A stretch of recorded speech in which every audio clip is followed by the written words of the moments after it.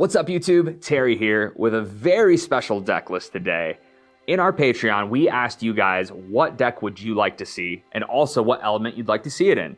And after all the votes were in, we came to Wind Silvie, which doesn't surprise me at all. A lot of people talk about Wind Silvie, and there's a lot of cool stuff that we can do post-ban in it. So I'm going to jump right into this deck list. It's one I'm very excited. I'm going to be playing it at my locals this week. And let's see how it does. So first things first, we are going to be in the spirit of wind. And our level 3 Silvie package is going to Earth's Tune. I think that now Earth's Tune just makes a lot of sense. Moving forward post-ban and into the future, this card comes in, and then it reveals cards off the top of our deck until we reveal a Terra, Element, Animal, or Beast ally card, and it goes directly in our hand. So we get to draw a card.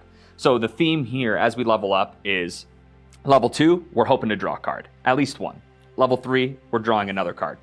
So we can keep our hand full and keep pressuring our opponent with the ally beatdown. Some of our flex spots are here. The first one being Terrafring. Because we are such an ally-focused deck, we need to keep our allies alive. So this card can come in when you really need to keep that tempo, maybe against a wind ally beatdown deck that, you know, is really trying to clear your board. A well-timed Terrafring can help you just develop everything you need and get into your late game engine where we outvalue pretty much any deck in the game if we can get into it. Orb of Glitter is a card I'm really excited to try and play with. So what it does is at the beginning of your recollection phase, we glimpse one, and then we can banish it to draw a card. So at worst, it's a banish draw card for one, right? But in this deck, when I get into the value engine, which I'm about to talk about, this card is actually insane and helps us continue to push and push and push. And then Effigy of Gaia is probably just arguably the best wind tamer regalia. So it's a 0-cost regalia tamer bauble that has class bonus. Your champion gets +1 level as long as you control an animal or beast. And then whenever an opponent activates an attack card with cleave, animal and beast allies you control get +2 until end of turn. So it helps us against all of those Fire Lorraines. Now you see Water Merlin playing 4 title sweeps. We're seeing Hurricane sweeps. We're seeing lots of sweeps. So this card got just better post-ban. And now we'll go into the Terra package, which I'll talk about these two first, which is Covenant of Thorns, which is just an incredible defensive card. It has Ally Link. So when we play this card, we attach it to an ally. And then if damage would be dealt to your champion, that damage is dealt to linked ally instead. So we can actually put this on our opponent's allies, and whenever they try to hit us, they'll actually kill their own stuff if we need to stall and move a little bit forward. Or if we're facing down a Majestic Spirit and need a little bit of time to deal with it, this card does a really good job. Horn of Beast Calling is really just a draw card for us. We actually don't play many beasts in this deck, which I'm kind of excited about, but it is also one of our combo kills, one of our main ways to win the game. This activates it and really makes it a lot easier for us. And now let's talk about, I'll show the Grand Crusaders ring because we need to draw cards in Silvie and stay ahead. But this is what this deck is all about. So Stone Scale Ban is the new hotness. You guys know I love that term. It's the new regalia item that came through Proxia's Vault. And what it does is it has class bonus on enter, discard up to 3 ally cards from your hand or memory, then draw that many cards. And then for 1 and tap it, until end of turn, you may activate ally cards as though they had fast activation. So we can play allies in Recollection, we can play it on our opponent's turn, we can play them any chance we want. Card is absolutely bonkers, and with Gaia's Blessing, we can just really, really create that value. So Gaia's Blessing is kind of one of the namesake cards in this particular build. It's a regalia item with element bonus. You may banish 4 animals and or beast ally cards from your graveyard to activate this card from your material deck without paying its cost. So there are worlds where we can do the old, we play Stone Scale Ban, we drop 3 allies, we use those to play Gaia's Blessing, and then boom, we're off to the races. But the real reason we play this is the next words. Play with the top card of your deck revealed. You may activate animal and beast ally cards from the top of your deck. So the top of our deck becomes an extension of our hand, and we have an extra card that we can utilize to continue building our board and continue. So if we had 6 cards in hand, it's kind of like having 7, which is really, really, really nice. So that's the material deck. We're going to jump right into the allies, and there are a lot of them. So we're going to start with kind of more of the basic allies that aren't doing anything too crazy. We play 4 Dungeon God because we are really trying to get into that Terra late game.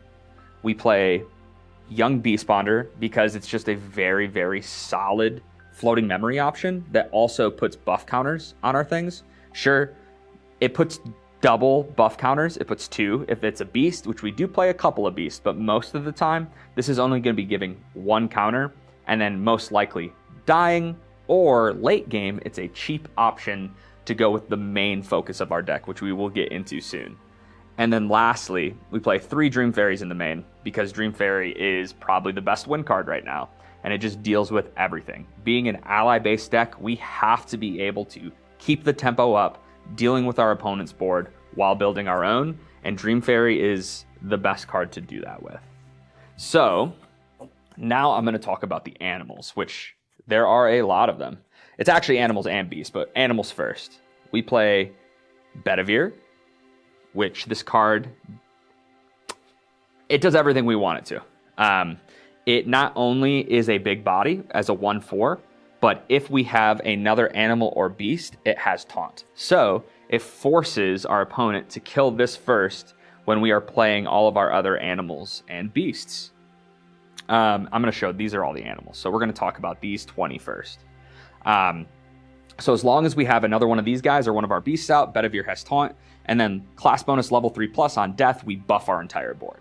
So this deck is all about getting as much value as we can out of these little quick to play animals or beasts, but for us it's just animals. So we play a bunch of these 1-drop, 0-drops, 2-drops.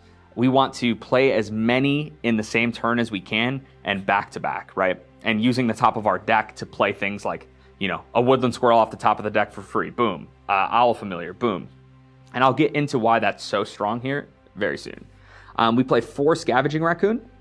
This is kind of our way of fighting the graveyard decks right out the main, and it's also just a cheap animal that does everything we want. So it gets rid of 2, banishes up to 2 target cards from a single graveyard, gets the job done, deals with fire cards, deals with crux cards, deals with floating memory. This deck's about tempo, and Scavenging Raccoon, a well-timed one early, sometimes is just absolutely backbreaking against decks that are trying to go to level 3. Owl Familiar is quickly becoming one of my favorite allies to play in all of these decks we've been messing around with. And Owl Familiar, it's just a 1/1 for 1, but it glimpses too. And you guys know I love to glimpse. So card does everything I want, and being able to play this in our recollection at instant speed when we have Stone Scale going to fix the top of our deck to draw what we want is really, really cool. Woodland Squirrel, this is a true Champion Gaming classic. What's a deck without 4 Woodland Squirrels? It's just a 1/1 for 0. It does everything we want in this deck. And when I get to our last package in our main engine, you'll understand why. And then this is a really exciting card that I've been messing with a lot, and that's Gaia's Songbird. Gaia's Songbird's just a 1/1 for 1, or 1/2 for 1. But when it enters, it reveals cards from the top of your deck until you reveal a beast ally card. Now we only play a couple of beasts, so this card draws those no matter what. We're cycling, we're putting this into play. We are being able to change the top of our deck for Gaia's Blessing to get, maybe we missed. Maybe we're sitting on a spell and we can't play that off the top of our deck. Boom, we Gaia Songbird, we get a card to hand, and we change the top of our deck and hopefully set up another card we can bring in. Also, it just replaces itself, which is exactly what we're looking to do in this deck. So this is our animal package. Then the beasts we play are 4 green slimes, which is just, everybody's favorite cute green slime. In Wind, you can do a lot of stupid stuff with green slime. On Enter, you put 2 buff counters on it, and then class bonus on Leave, you move those buff counters that were on green slime to target ally you control. So with cards like Displace and everything else we do, you can do a lot of fun combat tricks with green slime. And also, it can just kind of get out of control sometimes, being able to play Young Beastbond around it, something they have to deal with, and if they do, it just makes something else really big. And the other beast we play is Virtus, Gaia's Roar. And this card is, you guys saw it in our Exodia Squirrel deck.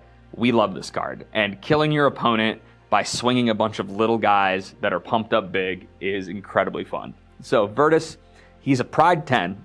We only have one way to really get him on board, and it's not something we do very often. So the real thing that he is coming down for is using our Horn of Beast Calling to play this card for 1, and then pump our board for all of the animals or beasts in our ally. Because on enter, allies you control get +1 attack for each animal or beast ally card in your graveyard.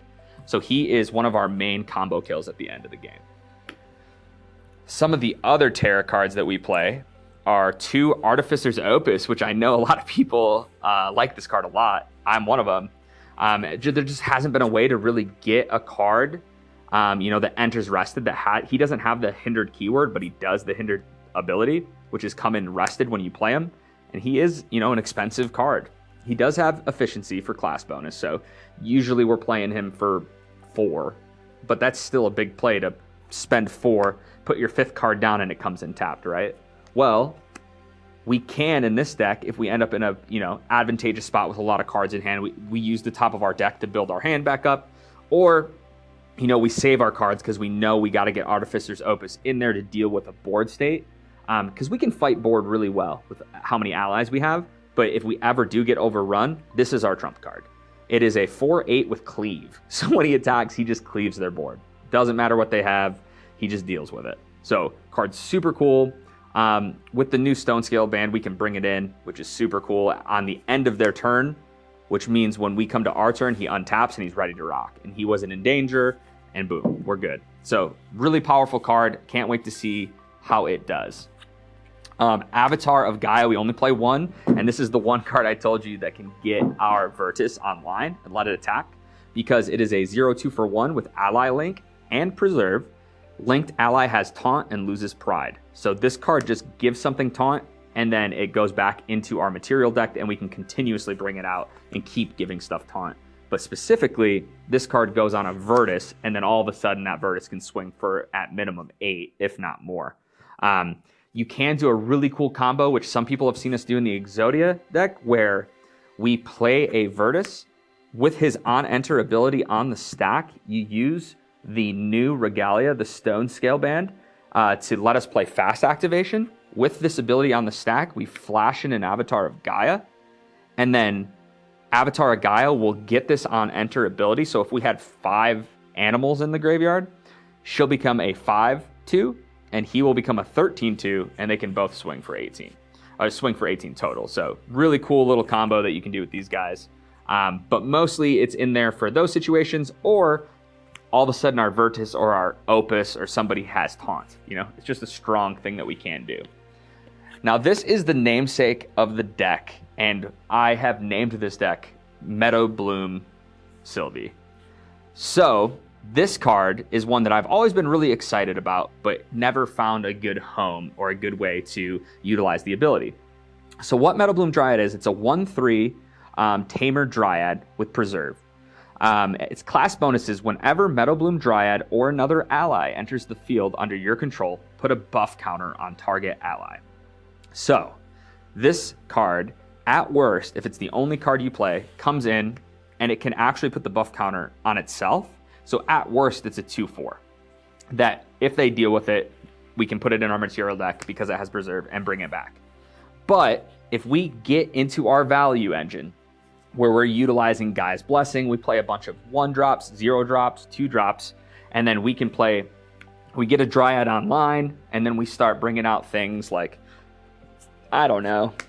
we use an Owl Familiar to glimpse a Woodland Squirrel to the top of the deck and play it with our Gaia's Blessing, and then play a Gaia's Songbird. And as all of these things are entering the board, we're buffing, things are getting bigger, and all of a sudden our board state is just too much for them to deal with. And that's kind of the idea behind this deck. It's just this value engine of playing all of these cards. Once we get Meadow Bloom online and continuously playing off the top of our deck, building up our hand, and then killing them with something like a Virtus. If they do deal with all of these things, we get to a point where Meadow Bloom can come in. Anything we're playing off the top now is just going to make her bigger. And then if we get a Virtus online, we're pumping. And that value engine is a real threat in this deck. So Meadow Bloom is a card that I've been really excited to test with, and I'm looking forward to beating up some people with it. So that's our entire ally package. And we're going to talk about the spells. So I'm going to go through them pretty quickly because they don't need too much of an explanation. They're pretty standard stuff. So we play 4 Favorable Winds, 4 Reclaim, 2 Zephyr, 3 Displace, 2 Beseech the Wind, and I guess I'll put the 2 Resolute Stands as well. This is the rest of our main deck. So Favorable Winds, not only is it a fast floating memory, but it does give allies you control +1 health. So being such a heavy ally deck, sometimes it lets us stay in the fight a little bit longer and stay alive for favorable trading. Reclaim is just a great way to get a floating memory in the yard. We can play something like a Glimpse Owl on turn 1, or once we level up and get the Glimpse ability, and then use a Reclaim to put it back in our hand, and we can actually reuse that Glimpse effect, but also get that floating memory to help us level up a little better. I really like it in that world, just to reuse something that has an effect on enter effect. We play 2 Zephyr. Zephyr just has more utility than any green card right now. It deals with allies and regalia. I can't say enough about Zephyr. The card does everything we're asking for. It suppresses something, and if you time things right, you can suppress at the end of their turn, at their end step, and it'll be gone, for the entire next turn. So getting rid of a taunt or something like that at the end of their turn, you won't have to deal with it until the next following turn. Displace is really showing itself as a heavyweight contender in Wind. We're seeing Displace in every deck because being able to use this offensively and defensively is bonkers. So green slimes, you can do a lot of dumb stuff with this. It's really good with young bee spawners, and also it helps us protect our board. Beseech the Wind, this is basically Dungeon Guide number 5 and 6, but it can also grab things from our combo and get them into play a little faster. That's pretty much all it's here for. When we do hit level 3, finding a Beseech is not the end of the world because it does help us get materialize more than once in a turn, which sometimes is exactly what we need to get our value engine going. And then lastly, we just play 2 Resolute Stands. Just a super solid defensive card. It can protect an ally. It can protect us. It does everything we're looking for. And once we're level 2 or above, we can cast it for free if we need to. So before I move into the sideboard, my buddy Isaac's got a couple things to say. Hey everyone, it's Isaac. And if you want to support us, get merch, or pre-order the next set from GA, then you should check out our website. Over on our website, you'll find stickers, t-shirts, playmats, and material deck sleeves, and the next set of Grand Archive for pre-order. So make sure to check that out. Also, if you like content, then you should check out our Patreon. Over there, we have an exclusive podcast series, extra gameplay videos, and articles written by us to help your competitive gameplay. In any case, if you like what we do here on YouTube, then don't forget to like and subscribe, as it does help us out a lot. Thank you. Welcome back. So lastly, I am just going to show you the current sideboard option that I'm going to be working with.